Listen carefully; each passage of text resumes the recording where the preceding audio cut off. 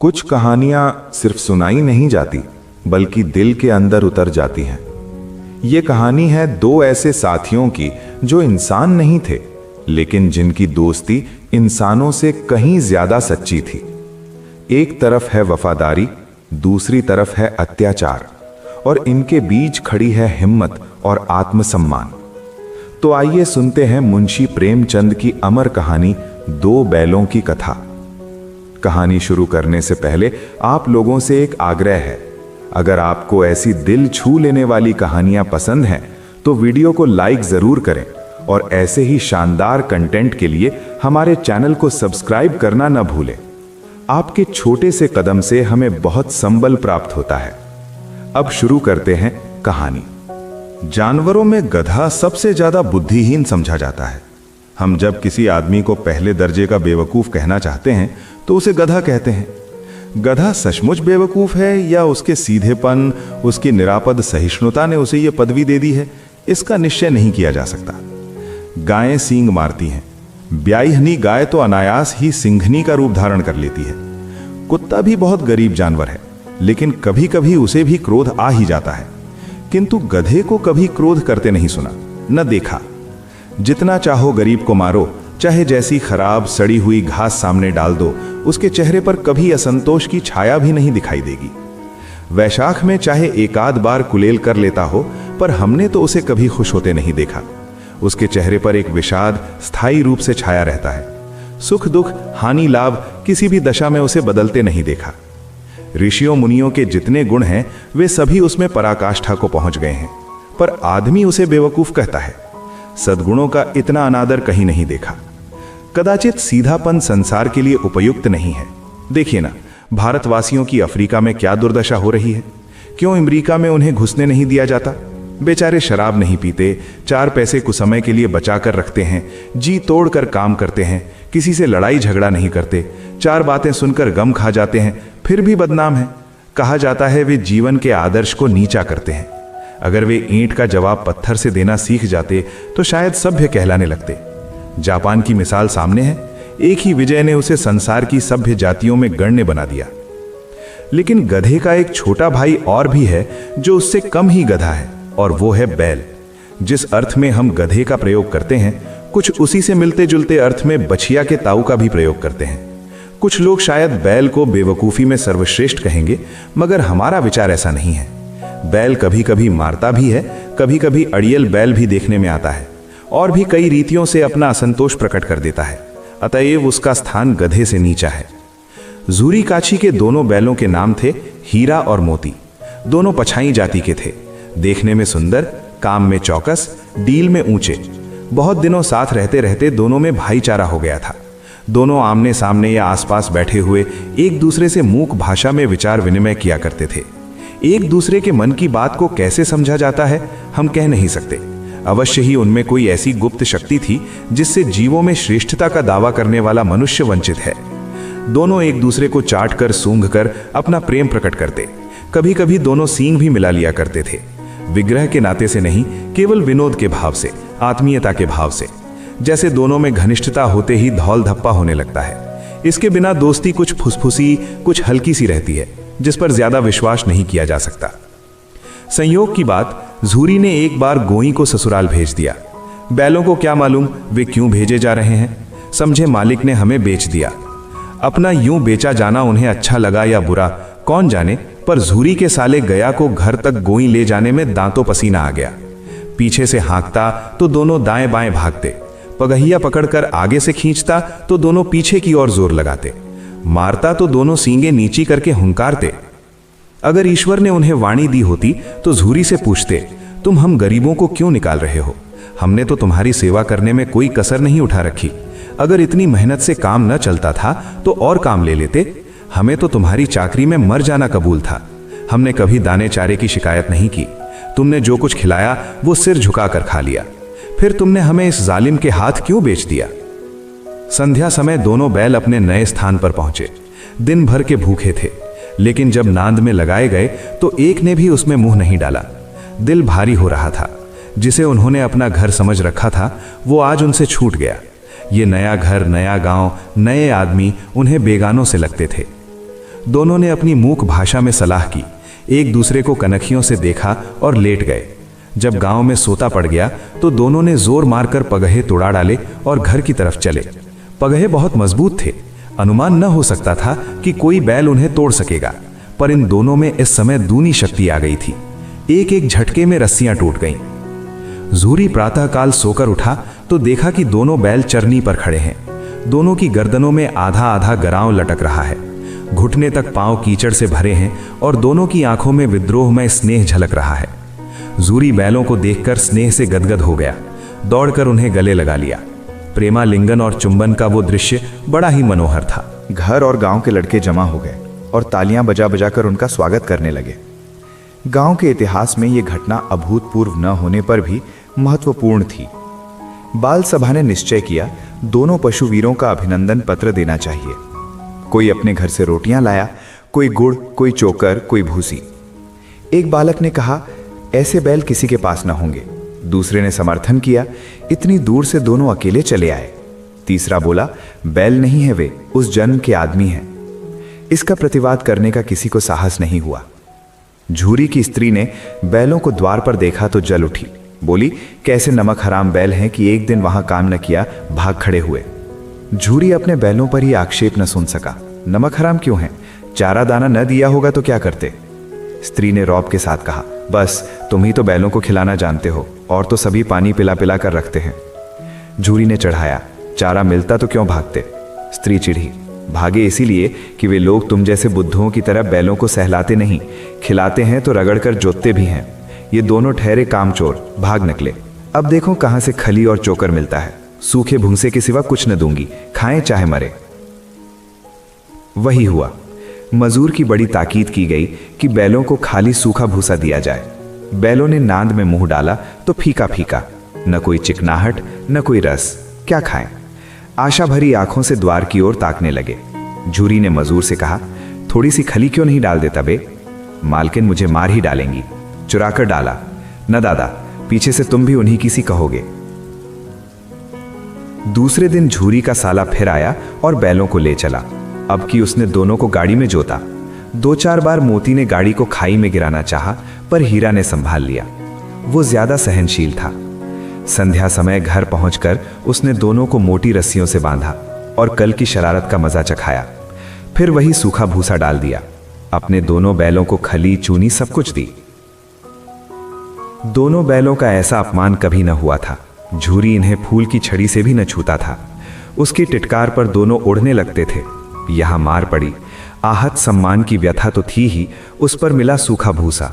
नांद की तरफ आंखें तक न उठाईं। दूसरे दिन गया ने बैलों को हल में जोता, पर इन दोनों ने जैसे पांव न उठाने की कसम खा ली थी। वो मारते मारते थक गया, पर दोनों ने पांव न उठाया। एक बार जब उस निर्दयी ने हीरा की नाक पर खूब डंडे जमाए तो मोती का गुस्सा काबू से बाहर हो गया। हल लेकर भागा। हल, रस्सी, जुआ, जोत सब टूट टाट कर बराबर हो गया। गले में बड़ी बड़ी रस्सियां न होती तो दोनों पकड़ाई में ना आते। हीरा ने मूक भाषा में कहा, भागना व्यर्थ है। दूसरे ने उत्तर दिया, तुम्हारी तो इसने जान ही ले ली थी, अब की बड़ी मार पड़ेगी। पढ़ने दो, बैल का जन्म लिया है तो मार से कहां तक बचेंगे। गया 2 आदमियों के साथ दौड़ा आ रहा है। दोनों के हाथों में लाठियां हैं। मोती बोला, कहो तो दिखा दूं कुछ मजा, मैं भी। लाठी लेकर आ रहा है। हीरा ने समझाया, नहीं भाई, खड़े हो जाओ। मुझे मारेगा तो मैं भी 1-2 को गिरा दूंगा। नहीं, हमारी जाति का यह धर्म नहीं है। मोती दिल में ऐंठ कर रह गया। गया आ पहुंचा और दोनों को पकड़कर ले चला। कुशल हुई कि उसने इस वक्त मारपीट न की, नहीं तो मोती भी पलट पड़ता।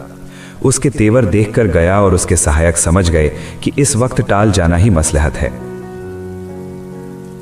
आज दोनों के सामने फिर वही सूखा भूसा लाया गया। दोनों चुपचाप खड़े रहे।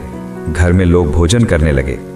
उस वक्त छोटी सी लड़की 2 रोटियां लिए निकली और दोनों के मुंह में देकर चली गई। उस एक रोटी से इनकी भूख तो क्या शांत होती, पर दोनों के हृदय को मानो भोजन मिल गया। यहां भी किसी सज्जन का वास है। लड़की भैरों की थी। उसकी मां मर चुकी थी। सौतेली मां उसे मारती रहती थी, इसलिए इन बैलों से एक प्रकार की आत्मीयता हो गई थी। दोनों दिन भर जोते जाते, डंडे खाते, अड़ते। शाम को थान पर बांध दिए जाते और रात को वही बालिका उन्हें 2 रोटियां खिला जाती। प्रेम के इस प्रसाद की ये बरकत थी कि 2-2 गाल सूखा भूसा खाकर भी दोनों दुर्बल न होते थे, मगर दोनों की आंखों में रोम रोम में विद्रोह भरा हुआ था। एक दिन मोती ने मूक भाषा में कहा, अब तो नहीं सहा जाता हीरा, क्या करना चाहते हो? एक आध को सींगों पर उठाकर फेंक दूंगा, लेकिन जानते हो वो प्यारी लड़की जो हमें रोटियां खिलाती है उसी की लड़की है जो इस घर का मालिक है। ये बेचारी अनाथ हो जाएगी। तो मालकिन को ना फेंक दूं, वही तो इस लड़की को मारती है। लेकिन औरत जात पर सींग चलाना मना है, ये भूले जाते हो। तुम तो किसी तरह निकलने ही नहीं देते। बताओ, तुड़ाकर भाग चलें? हाँ, ये मैं स्वीकार करता हूं, लेकिन इतनी मोटी रस्सी टूटेगी कैसे? इसका एक उपाय है। पहले रस्सी को थोड़ा सा चबा लो, फिर एक झटके में जाती है। रात को जब बालिका रोटियां खिलाकर चली गई, दोनों रस्सियां चबाने लगे, पर मोटी रस्सी मुंह में ना आती थी। बेचारे बार बार जोर लगाकर रह जाते थे। सहसा घर का द्वार खुला और वो लड़की निकली। दोनों सिर झुकाकर उसका हाथ चाटने लगे। दोनों की पूंछें खड़ी हो गईं। उसने उनके माथे सहलाए और बोली, खोल देती हूं, चुपके से भाग जाओ, नहीं तो ये लोग मार डालेंगे। आज घर में सलाह हो रही है कि इनकी नाकों में नाथ डाल दी जाए। उसने गराव खोल दिया, पर दोनों चुप खड़े रहे। मोती ने अपनी भाषा में पूछा, अब चलते क्यों नहीं? हीरा ने कहा, चलें तो, लेकिन कल इस अनाथ पर आफत आएगी, सब इसी पर संदेह करेंगे। सहसा बालिका चिल्लाई, दोनों फूफा वाले बैल भागे जा रहे हैं। ओ दादा, दादा, दोनों बैल भागे जा रहे हैं, जल्दी दौड़ो। गया हड़बड़ाकर भीतर से निकला और बैलों को पकड़ने चला। वे दोनों भागे। गया ने पीछा किया और भी तेज हुए। गया ने शोर मचाया, फिर गांव के कुछ आदमियों को भी साथ लेने के लिए लौटा। दोनों मित्रों को भागने का मौका मिल गया। सीधे दौड़ते चले गए, यहां तक कि मार्ग का ज्ञान न रहा। जिस परिचित मार्ग से आए थे उसका यहां पता न था। नए नए गांव मिलने लगे। तब दोनों एक खेत के किनारे खड़े होकर सोचने लगे, अब क्या करना चाहिए। हीरा ने कहा, मालूम होता है राह भूल गए। तुम भी बेतहाशा भागे, वहीं उसे मार गिराना था। उसे मार गिराते तो दुनिया क्या कहती? वो अपने धर्म छोड़ दे, लेकिन हम अपना धर्म क्यों छोड़ें? दोनों भूख से व्याकुल हो रहे थे। खेत में मटर खड़ी थी, चरने लगे। रह रहकर आहट लेते रहे थे, कोई आता तो नहीं है। जब पेट भर गया, दोनों ने आजादी का अनुभव किया तो मस्त होकर उछलने कूदने लगे। पहले दोनों ने डकार ली, फिर सींग मिलाए और एक दूसरे को ठेलने लगे। मोती ने हीरा को कई कदम पीछे हटा दिया, यहां तक कि वो खाई में गिर गया। तब उसे भी क्रोध आ गया, संभल कर उठा और मोती से भिड़ गया। मोती ने देखा खेल में झगड़ा हुआ चाहता है तो किनारे हट गया। अरे ये क्या, कोई सांड डौंकता चला आ रहा है। हाँ, सांड ही है। वो सामने आ पहुंचा। दोनों मित्र बगले झांक रहे थे। सांड पूरा हाथी था। उससे भिड़ना जान से हाथ धोना है, लेकिन न भिड़ने पर भी जान बचती नजर नहीं आती। मोती ने मूक भाषा में कहा, बुरे फंसे, जान बचेगी, कोई उपाय सोचो। हीरा ने चिंतित स्वर में कहा, अपने घमंड में फूला हुआ है, आरजू विनती न सुनेगा। भाग क्यों न चले? भागना कायरता है। तो फिर यही मरो, बंदा तो 9-2-11 होता है। और जो दौड़ाए, तो फिर कोई उपाय सोचो जल्द। उपाय यही है कि उस पर दोनों जने एक साथ चोट करें। मैं आगे से रगेदता हूं, तुम पीछे से रगेदो। दोनों मित्र जान हथेलियों पर लेकर लपके। सांड को भी संगठित शत्रुओं से लड़ने का तजुर्बा न था। जो ही हीरा पर झपटा, मोती ने पीछे से दौड़ाया। सांड उसकी तरफ मुड़ा तो हीरा ने रगेदा। एक बार सांड झल्लाकर हीरा का अंत कर देने के लिए चला कि मोती ने बगल से आकर उसके पेट में सींग भोंक दिया। आखिर बेचारा जख्मी होकर भागा। दोनों मित्र जीत के नशे में झूमते चले जाते थे। मोती ने सांकेतिक भाषा में कहा, मेरा जी चाहता था कि बच्चा को मार ही डालूं। हीरा ने तिरस्कार किया, गिरे हुए बैरी पर सींग न चलाना चाहिए। ये सब ढोंग है, बैरी को ऐसा मारना चाहिए कि फिर न उठे। अब घर कैसे पहुंचोगे वो सोचो, पहले कुछ खा लें तो सोचें। सामने मटर का खेत था ही, मोती उसमें घुस गया। हीरा मना करता रहा, पर उसने एक न सुनी। अभी 2 ही 4 ग्रास खाए थे कि 2 आदमी लाठियां लिए दौड़ पड़े और दोनों मित्रों को घेर लिया। हीरा तो मेड़ पर था, निकल गया। मोती सींचे हुए खेत में था। उसके खुर कीचड़ में धंसने लगे, न भाग सका, पकड़ लिया। हीरा ने देखा संगी संकट में है तो लौट पड़ा। फंसेंगे तो दोनों फंसेंगे। रखवालों ने उसे भी पकड़ लिया। प्रातःकाल दोनों मित्र कांजी हाउस में बंद कर दिए गए। दोनों मित्रों को जीवन में पहली बार ऐसा साबिका पड़ा था कि सारा दिन बीत गया और खाने को एक तिनका भी न मिला। समझ ही में ना आता था कि यह कैसा स्वामी है। इससे तो गया फिर भी अच्छा था। यहाँ कई भैंसें थीं, कई बकरियां, कई घोड़े, कई गधे, पर किसी के सामने चारा न था। सब जमीन पर मुर्दों की तरह पड़े थे। कई तो इतने कमजोर हो गए थे कि खड़े भी ना हो सकते थे। सारा दिन दोनों मित्र फाटक की ओर टकटकी लगाए ताकते रहे, पर कोई चारा लेकर आता न दिखाई दिया। तब दोनों ने दीवार की नमकीन मिट्टी चाटनी शुरू की, पर इससे क्या तृप्ति होती। रात को भी जब कुछ भोजन न मिला तो हीरा के दिल में विद्रोह की ज्वाला दहक उठी। मोती से बोला, अब नहीं रहा जाता मोती। मोती ने सिर लटकाए हुए जवाब दिया, मुझे तो मालूम होता है कि प्राण निकल रहे हैं। इतनी जल्द हिम्मत न हारो भाई, यहां से भागने का कोई उपाय निकलना चाहिए। आओ दीवार तोड़ डालें। मुझसे तो अब कुछ नहीं होगा।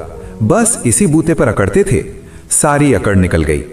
बाड़े की दीवार कच्ची थी। हीरा मजबूत तो था ही, अपने नुकीले सींग दीवार में गड़ा दिए और जोर मारा तो मिट्टी का एक चिप्पड़ निकल आया। फिर तो उसका साहस बढ़ा। इसने दौड़ दौड़कर दीवार पर चोटें की और हर चोट में थोड़ी थोड़ी मिट्टी गिराने लगा। उसी समय कांजी हाउस का चौकीदार लालटेन लेकर जानवरों की हाजिरी लेने आ निकला। हीरा का उज्जड़पन देखकर उसने कई डंडे लसीत किए और मोटी सी रस्सी से बांध दिया। मोती ने पड़े पड़े कहा, आखिर मार खाई क्या मिला? अपने भूते भर जोर तो मार दिया। ऐसा जोर मारना किस काम का कि और बंधन में पड़ गए। जोर तो मारता ही जाऊंगा, चाहे कितने ही बंधन पड़ते जाएं। जान से हाथ धोना पड़ेगा। कुछ परवाह नहीं, यों भी तो मरना ही है। सोचो दीवार खुद जाती तो कितनी जानें बच जाती। इतने भाई यहां बंद हैं। मोती ने भी दीवार में उसी जगह सींग मारा। थोड़ी सी मिट्टी गिरी और फिर हिम्मत बढ़ी। आखिर कोई 2 घंटे की जोर आजमाई के बाद दीवार ऊपर से लगभग 1 हाथ गिर गई। उसने दूनी शक्ति से दूसरा धक्का मारा तो आधी दीवार गिर पड़ी। दीवार का गिरना था कि अधमरे से पड़े हुए सभी जानवर चेत उठे। तीनों घोड़ियां सरपट भाग निकलीं, फिर बकरियां निकलीं, इसके बाद भैंसें भी खिसक गईं। पर गधे अभी तक ज्यों के त्यों खड़े थे। हीरा ने पूछा, तुम दोनों क्यों नहीं भाग जाते? एक गधे ने कहा, जो कहीं फिर पकड़ लिए जाएं तो क्या हर्ज है, अभी तो भागने का अवसर है। हमें तो डर लगता है, हम यही पड़े रहेंगे। मोती अपने मित्र की रस्सी तोड़ने में लगा हुआ था। जब वो हार गया तो हीरा ने कहा, तुम जाओ, मुझे यहीं पड़ा रहने दो। मोती ने आंखों में आंसू लाकर कहा, तुम मुझे इतना स्वार्थी समझते हो हीरा? हम और तुम इतने दिनों एक साथ रहे हैं। आज तुम विपत्ति में पड़ गए तो मैं तुम्हें छोड़कर अलग हो जाऊं? मोती ने गर्व से बोला, जिस अपराध के लिए तुम्हारे गले में बंधन पड़ा, उसके लिए अगर मुझे मार पड़े तो क्या चिंता। इतना तो हो ही गया कि 9-10 प्राणियों की जान बच गई। वे सब तो आशीर्वाद देंगे। भोर होते ही मुंशी और चौकीदार तथा अन्य कर्मचारियों में कैसी खलबली मची, इसके लिखने की जरूरत नहीं। बस इतना ही काफी है कि मोती की खूब मरम्मत हुई और उसे भी मोटी रस्सी से बांध दिया गया। 1 सप्ताह तक दोनों मित्र वहां बंधे पड़े रहे। किसी ने चारे का एक तृण भी न डाला। हाँ, एक बार पानी दिखा दिया जाता था, यही उनका आधार था। दोनों इतने दुर्बल हो गए थे कि उठा तक न जाता था। एक दिन बाड़े के सामने डुग्गी बजने लगी और दोपहर होते होते वहां 50-60 आदमी जमा हो गए। सहसा एक दढ़ियल आदमी उनकी तरफ बढ़ा। दोनों ने एक दूसरे को भीत नेत्रों से देखा और सिर झुका लिया। हीरा ने कहा, गया के घर से नाहक भागे, अब तो जान न बचेगी। मोती ने उत्तर दिया, कहते हैं भगवान सबके ऊपर दया करते हैं, उन्हें हमारे ऊपर दया क्यों नहीं आती? चलो अच्छा ही है, कुछ दिन उसके पास तो रहेंगे। एक बार भगवान ने उस लड़की के रूप में हमें बचाया था, क्या अब न बचाएंगे? नीलाम हो जाने के बाद दोनों मित्र उस दढ़ियल के साथ चले। दोनों की बोटी बोटी कांप रही थी। सहसा दोनों को ऐसा मालूम हुआ कि परिचित रहा है। वही खेत, वही बाग, वही गांव मिलने लगे। मोती ने कहा, हमारा घर नजीक आ गया है। हीरा बोला, भगवान की दया है। दोनों उन्मत्त होकर बछड़ों की भांति कुलेले करते हुए घर की ओर दौड़े। झूरी द्वार पर बैठा धूप खा रहा था। बैलों को देखते ही दौड़ा और उन्हें बारी बारी से गले लगाने लगा। मित्रों की आंखों से आनंद के आंसू बहने लगे। दढ़ियल जाकर बैलों की रस्सियां पकड़ लीं। झूरी ने कहा, मेरे बैल हैं। दढ़ियल झल्लाकर बैलों को जबरदस्ती पकड़ ले जाने के लिए बढ़ा। उसी वक्त मोती ने सींग चलाया। दढ़ियल पीछे हटा, मोती पीछे दौड़ा। गांव के लोग ये तमाशा देखते थे और हंसते थे। जब दढ़ियल हार कर चला गया तो मोती अकड़ता हुआ लौटा। जरा देर में नांदों में खली, भूसा, चोकर और दाना भर दिया गया और दोनों मित्र खाने लगे। झूरी खड़ा दोनों को सहला रहा था। और सारे गांव में उत्साह सा मालूम होता था। उसी समय मालकिन आकर दोनों के माथे चूम लिए। तो दोस्तों, ये थी कहानी हीरा और मोती की। दो ऐसे मित्र जिन्होंने हमें सिखाया कि सच्ची दोस्ती कभी साथ नहीं छोड़ती और आत्मसम्मान हर हाल में सबसे ऊपर होता है। कभी कभी जानवर भी हमें वो सिखा जाते हैं जो इंसान भूल चुका होता है। अगर इस कहानी ने आपके दिल को छुआ हो तो वीडियो को लाइक करें और अपने दोस्तों के साथ शेयर जरूर करें। और ऐसे ही शानदार, भावनात्मक और सीख देने वाली कहानियों के लिए हमारे चैनल को सब्सक्राइब करना बिल्कुल ना भूलें। मिलते हैं अगली कहानी में। धन्यवाद।